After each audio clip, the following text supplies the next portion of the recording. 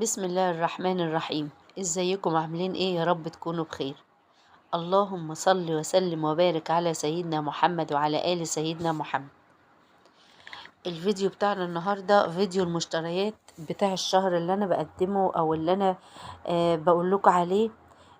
كل شهر الاسعار، يعني هقول لكم على المشتريات بالاسعار. طبعا الاسعار غالية، وطبعا دخلت المدارس ما كانتش حاجة سهلة علينا كلنا. طلبات كتير. انا كنت قدمت معاكم الفيديو اللي فات مشتريات المدارس، وقلت لكم ازاي هنحاول نمشي الدنيا بالحاجات اللي تنفع معانا من السنة اللي فاتت، سواء هدوم او شنط. نقدر نمشي بيها من السنة اللي فاتت، هنمشي بيها. الفيديو ده هقدم لكم المشتريات اللي انا جبتها. في حاجات ممكن تلاقوها ان انا مش جايباها، بس انا جايبه الحاجات الاساسيه وانا في المطبخ. طبعا بشوف ايه اللي ناقصني، وده اللي انا عايزه اقول لكم عليه، ان انت تكون معاكي دايما نوته او اجنده او ان شاء الله حتى ورقه وقلم، علشان طول ما انت واقفه في المطبخ تشوفي ايه اللي ناقصك وتكتبيه في الورقه دي اول باول، علشان ما يبقاش ناقص عندك حاجه وتروحي تجيبي حاجه تانية وتيجي تشوفي في المطبخ بتاعك تلاقي ان انت يعني ناقصك حاجه مهمه وجبتي مكانها حاجه مش اساسيه. فده اللي انا بعمله، اكتب طول ما انا واقفه في المطبخ، بكتب الحاجات اللي ناقصاني علشان لما انزل بالفلوس اللي معايا اجيب الاساسيات، والحاجات التانية الفرعيه دي بقى يبقى ايه، زياده في الترفيه، يعني رفاهيات. معايا فلوس اجيبها، ما معيش خلاص بستغنى عنها. طيب، أول حاجة عايزة أعرفها لكم إن أنا المكان اللي أنا موجودة فيه أو المحافظة اللي أنا موجودة فيها بتزرع الرز، فأنا ما بجيبش الرز بتاعي كل شهر، أنا بجيبه بالسنة. يعني لما المزارعين بيدخلوا الرز بتاعهم، أنا بجيب الرز اللي بيكفيني السنة، وده اللي بيبقى عندي. علشان كده بتلاحظوا في المشتريات بتاعتي أكتر من فيديو إن أنا ما بحطش معايا رز، أو ما بجيبش معايا في المشتريات رز. بجيب الأساسيات التانية، والرز بيبقى عندي موجود في البيت. إلا لو في فيديو، أو نادرا لما تلاقوا إن أنا مثلا السنة على آخر السنة والرز عندي خلص، وأبدأ إن أنا أجيب رز. فأنا اللي أنا جايباه الشهر ده المكرونات. أنا جايبة مكرونة من اللي هي الصغيرة دي. جايبة دي كويسة، يعني في التحمير بتبقى حلوة، في السلق يعني ماشية معاكي في كل حاجة. جبت 4 من المكرونة الصغيرة، وجبت 2 اسباجيتي، وجبت 2 شعرية، وجبت كيلو كامل اللي هي المكرونة القلم. طيب، المكرونة اللي هي الأكياس الصغيرة دي 350 جرام. في نوع تاني أنا ببقى أجيبه بيبقى 400 جرام. عامة دي الكيس كان عامل 10 جنيه. الكيس الكبير ده اللي هو المكرونة الأقلام دي، ده كان عامل 23 جنيه. جبت كمان 2 كيلو سكر. بصوا، انا عايزه اقول لكم على حاجه. انا ليا في التموين 2 كيلو سكر وازازتين زيت، فانا ما جبتش الشهر ده غير كيسين سكر بس. هحاول ان انا امشي بيهم الدنيا مع كيسين السكر بتوع التموين، لان زي ما قلت لكم انضغطنا في الكراريس وانضغطنا في دخول المدارس. طبعا اول المدارس كان ده اول يوم في المدارس دخلوا علينا كده، كل واحد معاه لستة كده، عايزين كشاكيل وكراريس واقلام وعايزين حاجات كتيرة جدا. فحاجات اللي احنا جبناها من المكتبة كانت بمبالغ كبيرة. طبعا دي هتأثر علينا في الميزانية، فاضطرينا ان احنا نقتصد شوية الشهر ده في الحاجات اللي احنا بنجيبها. فجبت كيسين سكر بس. مع زي ما قلت لكم سكر التموين، الكيس كان عامل 32 جنيه. جبت كمان 3 أكياس من الملح ده حلو جدا، النوع ده نضيف وكويس. الكيس كان ب7 جنيه، فالراجل وهو بيحاسبني حسب التلاتة ب20 جنيه. طبعا دول كمية كبيرة، يعني أنا مش ممكن، مش يعني أكيد مش هكمل ال3 أكياس دول وأخلصهم في شهر واحد. لا، هستخدم مثلا منهم كيسين أو حاجة أو كيس ونص، والباقي هيتبقى للشهر اللي جاي إن شاء الله. احنا زي ما قلنا أي حاجة بتتبقى عندنا بنشوف الشهر اللي بعده ايه اللي ناقصنا، وبنكتبها وبنجيب عليها ككمالة لها، يعني تكملة لها. جبت كمان كيلو فول مدشوش، وجبت كيلو فول حصى. الفول المدشوش علشان هعمل بيه عجينة الطعمية في البيت زي ما عملتها معاكم في فيديوهات قبل كده. والفول الحصى ده كان فول بلدي نوع نضيف جدا وحلو جدا، كان الكيلو ب40 جنيه. يعني الحصى والمدشوش الكيلو كان ب40 جنيه. في حصى نوع ارخص من كده شوية، اللي هي الحباية الصغيرة، دي يعني فول انجليزي تقريبا او حاجة زي كده. الكيلو بيبقى عامل حوالي 28 او 30 جنيه، يعني اقل من ده في السعر. بس بصراحة اللي هو البلدي ده في عمايل الفول المدمس بيبقى حلو جدا، شكل وطعم بصراحة. انا بعمله معاك وبحط عليه شوية عدس وجزر، وجزرة وفصين توم وطماطمايه، وبيبقى حلو جدا. وساعات كمان بحط عليه شوية صغيرين من الفول المدشوش، بيبقى حلو جدا وبيوفر معانا. جبت كمان نص كيلو عدس، انا كان عندي ربع كيلو عدس من الشهر اللي فات، فقلت كفاية ان انا اجيب نص بس الشهر ده. ال- العدس كان عامل نص كيلو 30 جنيه، مع الربع اللي عندي من الشهر اللي فات هيمشي وهيبقى كويس خالص. هاخد منه شوية على الفول، وشوية هعمل بيه مثلا كشري عدس، رز بعدس، يعني على حسب الظروف. جبت كمان نص كيلو ترمس. الترمس كان عامل 30 جنيه، النص كيلو ده كان ب30 جنيه. انا علشان ناوية اسلقه، وجبت كمان نص ذرة فشار كان ب25. انا هسلق الترمس ده ترمس سكري، وهعمله هو والفشار يعني بالتبادل كده، واديه للولاد وهم رايحين المدرسة. يوم مثلا ما فيش مصروف، يوم مثلا مش عايزاهم يشتروا اللي هو الشيبسي والكاراتيه والكلام اللي انتوا فاهمينه ده، خلاص هحط لهم شوية ترمس او شوية فشار في كيس صغير، واحط لهم في الشنطة مع اللانش بوكس. هيبقى حلو من ناحية توفير المصروف، لان مش لازم كل يوم هيبقى معانا فلوس ندي مصروف، ومن ناحية تانية هنخف شوية المواد الحافظة وياخدوا حاجة نظيفة وصحية من البيت. جبت كمان ربع كيلو عدس بجبة ده. انا جبته، يعني كنت ما كانش عندي فجبت الربع ده. قلت علشان ان انا ان شاء الله ناوية اجي اعمل كشري مصري، فبما اني جبت المكرونة وعندي وجايبة العدس، واصلا كده كده عندي الرز موجود، هيبقى على قد شوية الصلصة، وهعمل التقلية ويبقى يوم ويتقضى. الكشري المصري الولاد عندي بيحبوه، واحنا يعني هو حاجة سهلة، وخصوصا ان كل حاجته ان شاء الله بتبقى متوفرة عندك في البيت. جبت كمان الدقيق ده، الدقيق الاصيل نوع كويس، وبعدين متعدد الاغراض، يعني تقدري تعملي بيه كل حاجة. بعمل بيه الكيك، بعمل بيه القرص، المولتو، الباتيه، المعجنات عامة، بيبقى النوع ده كويس معاها.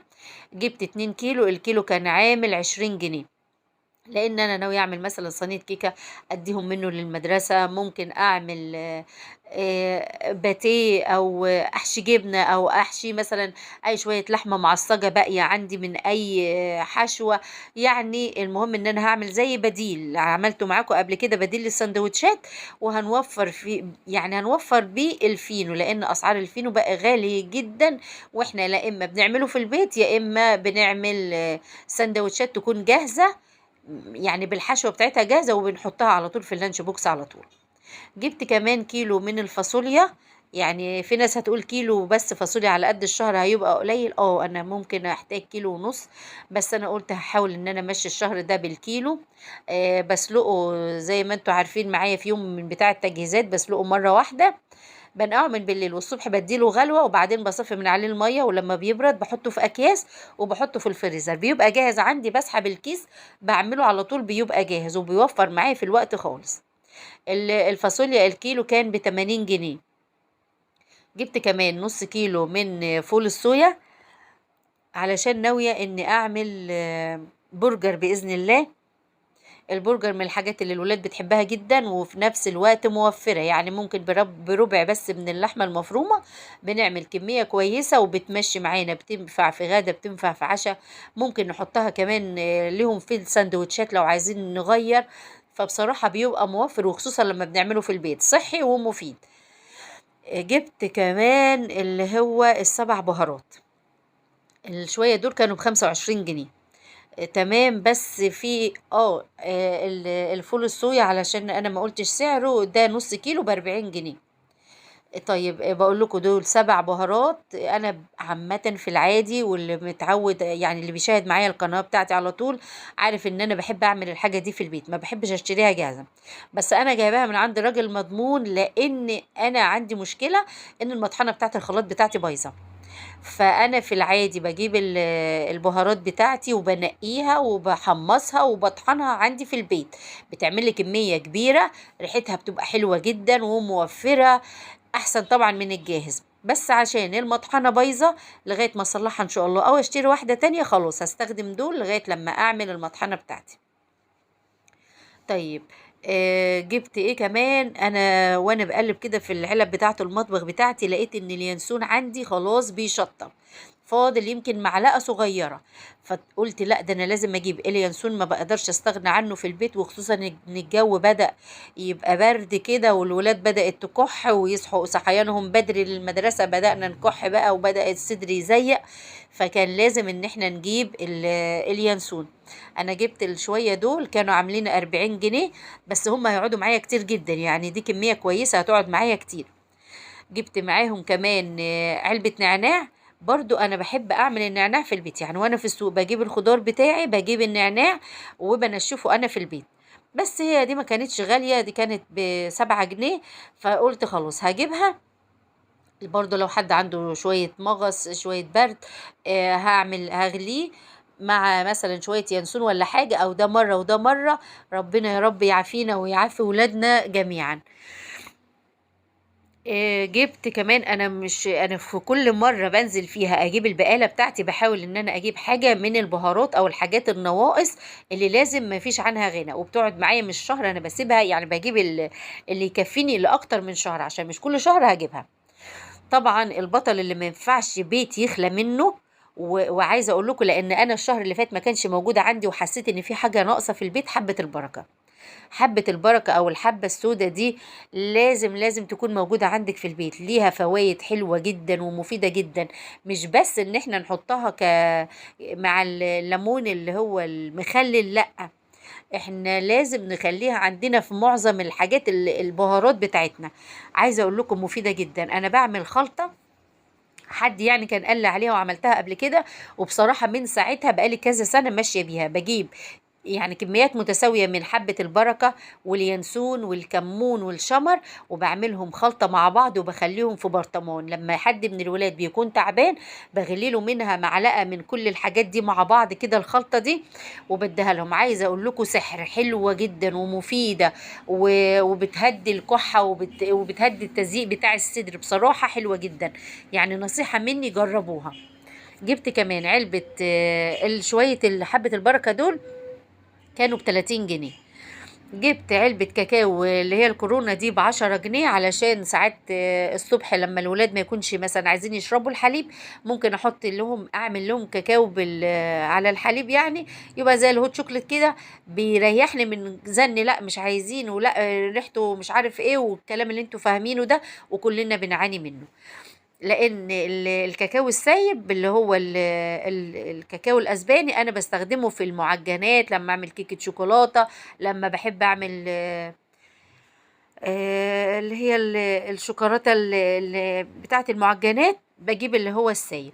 انما البواكي ده بعمله للمشروبات.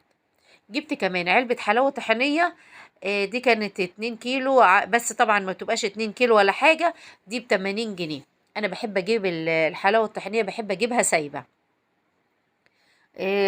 لان السايبة بتبقى اوفر وبتبقى تحس كده ان فيها بركة، انما العلبة دي لو هي 2 كيلو بتبقى نصها فاضي. جبت كمان علبة المربى كانت ب55 جنيه. انا عامه في السندوتشات بتاعه المدارس عند الولاد مش بيميلوا قوي للحاجات الحلوه، هم بيحبوا جبن، برجر، كفته، حاجات لانشون، الحاجات دي، وانا اللانشون طبعا بعمله في البيت، فهم بيميلوا اكتر، ما بيحبوش الحلويات يعني في السندوتشات. الاكتر الحاجات بيحبوها حوادق، الا لو مثلا جايبين عيش فينو واحط لهم في المربى. جبت علبة عسل اسود، البوادي دي نوعية كويسة، ده كان عامل 40 جنيه. برضو ممكن احطه مع الحلاوة، مع المربى، مع الفول والطعمية، مع بتنجان، للفطار، يعني حاجة برضو ايه كويسة. يعني العسل الأسمر برضو فوائده حلوة، والولاد بتبقى تحب تغمس منه كده في الفطار أو في ساعات في العشاء كمان. علبة السمنة روابي دي انا مش شاريها الشهر ده، دي كانت عندي من الشهر اللي فات، بس انا حبيت اطلعها معاكم في الفيديو عشان اعرفكم ان في حاجات ممكن تكون موجودة من قبل كده ونكمل بيها. دي كانت موجودة عندي من الشهر اللي فات، لأن أنا استخدامي في السمنة العلب دي بصراحة مش بيبقى كتير، يعني ممكن أجيبها شهر أو شهر، لأ ممكن كل شهرين تلاتة، لأن استخدامي الأكتر مع الزيت السمنة البلدي. طب السمنة البلدي غالية ومش هنلحق شراء عليها. أنا قلت لكم قبل كده كذا مرة في كل الفيديوهات بتاعتي ان انا بجيب الحليب بتاعي طول الشتاء، اللي احنا بنشربه الحليب العادي، الكميه بتاعته اللي احنا بنستخدمها طول الاسبوع او طول الشهر، بجيبها وبغليها وبحطها في التلاجة لتاني يوم، بتعمل لي طبقة قشطة كويسة، بشيل طبقة القشطة دي وبجمعها عندي في علبة في الفريزر. لما بتطلع كمية كويسة بعملها زبدة وبعدين بسيحها سمنة، وبفضل على كده طول الشتاء لغاية لما أخلص أطلع عندي وبعمل كمان الجبنة القريش لغاية ما بطلع عندي كمية كويسة جدا من السمنة بتكفيني من السنة للسنة. والشرش او السائل اللي بينزل من الجبنة القريش باخده بعبيه في اكياس زي ما قلت لكم قبل كده في كذا فيديو من بتاع المعجنات، بحطه في الفريزر وبعمل بيه المعجنات، بيبقى حلو جدا وبيوفر معايا الحليب ومغذي، ومبقى ما هدرناش حاجه ولا رمينا حاجه. جبت كمان ازازتين زيت عشان ما نتوهش برضو من بعض. قلت لكم ان انا مش هجيب غير ازازتين بس مع ازازتين بتوع التموين، وهحاول ان انا امشي بيهم الدنيا على قد ما اقدر علشان ما اجيبش اكتر من كده، لان زي ما قلت لكم الميزانيه مضغوطه، فجبت اتنين بس مع الازازتين ان شاء الله اللي انا هجيبهم من التموين. طيب جبت كمان، ما كانش عندي مناديل خالص، كنت مخلصه كل المناديل السحب والمطبخ، كل المناديل في البيت كانت خلصانه، فجبت اللي هو 3 سحب دول، الواحده كانت ب20 جنيه، دي جود كير، انا اول مره اجيبها، انا بجيب نوع تاني بس ما كانش موجود اللي انا بجيبه كل مرة، فجبت المناديل دي، العلبة كانت عاملة 20 جنيه. جبت كمان بتاعة المطبخ اللي هي فاميليا دي اللي انا متعودة على طول بجيبها، دي كانت 6، كانت ب50. انا هخلي الاولاد يستخدموا المناديل اللي هي السحب دي وياخدوا منها للمدرسة، لغاية ما ان شاء الله هجيب لهم اللي هي المناديل الجيب علشان يستخدموها، يعني يبقى ياخدوا منها في الجيب بتاعهم او في الشنطة، لان هم حاليا هيستخدموا من السحب زي ما قلت لكم. كنت محتاجة كمان ان انا اجيب كمان واحدة او اتنين كمان من السحب، بس قلت لا خلاص مش المرة دي، لان انا زي ما قلت لكم بحب احط في اوض الاطفال كل اوضة كيس مناديل، بس قلت خلاص مش لازم الشهر ده، هستكفى بالتلاتة دول لغاية ما ان شاء الله الميزانية اللي جاية تكون ظبطت الدنيا شوية واجيب وازود. وانا نازلة افتكرت ان انا ما عنديش خل، ودي من الحاجات اللي ما كنتش كاتباها وكتبتها في الورقة وانا نازلة، كانت اخر شوية خل في الازازة فكتبتها، ما جبت النوع ده، ده نوع اسمه كريستال، كانت عاملة 8 جنيه، بس هو مش هو النوع اللي انا بستخدمه كل مرة، بس يعني على ما يعني اتذكر ان انا كنت جبته مرة وكان كويس، فانا هستخدمه المرة دي وهبقى اقول لكم وضعه ايه. جبت كمان في اخر حاجة انا ببقى اجيبها، يعني انا بعد خلاص ما بخلص كل حاجة كده وهروح عشان احاسب، بيبقى الباقي الفلوس بقى اللي بتبقى الفكة اللي في الاخر دي، قلت للراجل هات لي بيهم فانيليا وبيكنج باودر وخميرة. فقال لي ايه، قلت له خلاص هات 4 من كل حاجة. الأربعة بيكنج باودر الواحد كان عامل 3 جنيه، والفانيليا الواحد كان عامل بجنيه، والخميرة الواحد ب4 جنيه. طيب هتقولوا لي خميرة كتير 4 على الشهر، على حسب المعجنات بتاعتي، يعني على حسب ما أنا هعمل معجنات، لو عملت مثلا باتيه ومولتو وحاجات من دي كتير هستخدمهم، لا ما عملتش كتير، واحنا طبعا وانا يعني جايبة دي مش كتير، فأنا بيتهيألي ان هو هيتبقى عندي. الفانيليا بتخلص لان الفانيليا استخداماتها كتير، والبيكنج باودر برضو ممكن يتبقى منه عندي، لان زي ما قلت لكم دي اللي انا جايباه مش كتير، لو عملت كيكه هعمل مره، لو عملت معجنات هتبقى مره برضو او مرتين، ففي حاجات من دي هتتبقى. جبت كمان لبن بودرة، انا اللي بستخدم اللبن البودرة على المعجنات في حالة ان ما عنديش الشرش بتاع اللبن، طول ما موجود عندي الشرش بتاع الجبنة اللي انا ببقى عاملاها القريش بستخدمه في المعجنات، وده انتوا شفتوه معايا كذا مرة، مش موجود خلاص بجيب اللي هو بحط معلقة او معلقتين لبن بودرة، دول كانوا ب50 جنيه. باستخدمهم، باستخدمها بتدي ريحة وطعم وقيمة غذائية في المعجنات بتاعتنا. وساعات كمان باحطها على المشروبات لو في حالة ان انا ما عنديش اللي هو الحليب، بستخدم منه برضو معلقة على اي مشروب، سواء النسكافيه او الكاكاو او اي حاجة. برضو بيبقى كويس وبيمشي الغرض. تمام. في حاجات ممكن تكون انتوا شايفينها ان هي مش موجودة او ناقصة او انا ما جبتهاش، هقولك بس انا دي الحاجات اللي همشي بيها الشهر ده. مش مشكلة، ونيجي على نفسنا شوية لغاية لما نشوف. يعني هي بس عشان زي ما قلت لكم المدارس، ودخلت المدارس خدت مننا مبالغ كبيرة، فهنمشي الدنيا بالحاجات دي. طيب بالنسبة بقى للمنظفات، انا جبت الاوكسي الغسالة بتاعتي فوق اوتوماتيك. فانا جبت كيس الاوكسي ده، انا دايما ماشيه بيه، يعني انا بقالي فتره كبيره بجيبه. ريحته حلوه جدا، مش بحتاج ان انا احط معاه معطر، هو لوحده ريحته جميله، وهو كمان بينضف، فما بحتاجش لا معطرات ولا اي حاجه. بحط منه في الغسالة على الهدوم، بيطلعها نظيفة وبيطلعها ريحتها حلوة. الكيس الأوكسي ده 2 كيلو كان ب100 جنيه. جبت كمان البريل فيبا ده 4 لتر، كان ب100 جنيه برضو. طيب مش دايما بجيب البريل فيبا أو الجراكن، أنا كتير جدا بجيب اللي هو السايب بصراحة، من عند أي حد بتاع منظفات لو قريب منك، أو لو بيعدي من تحت البيت. ليه؟ بيبقى فيها توفير يمكن أكتر من 50%.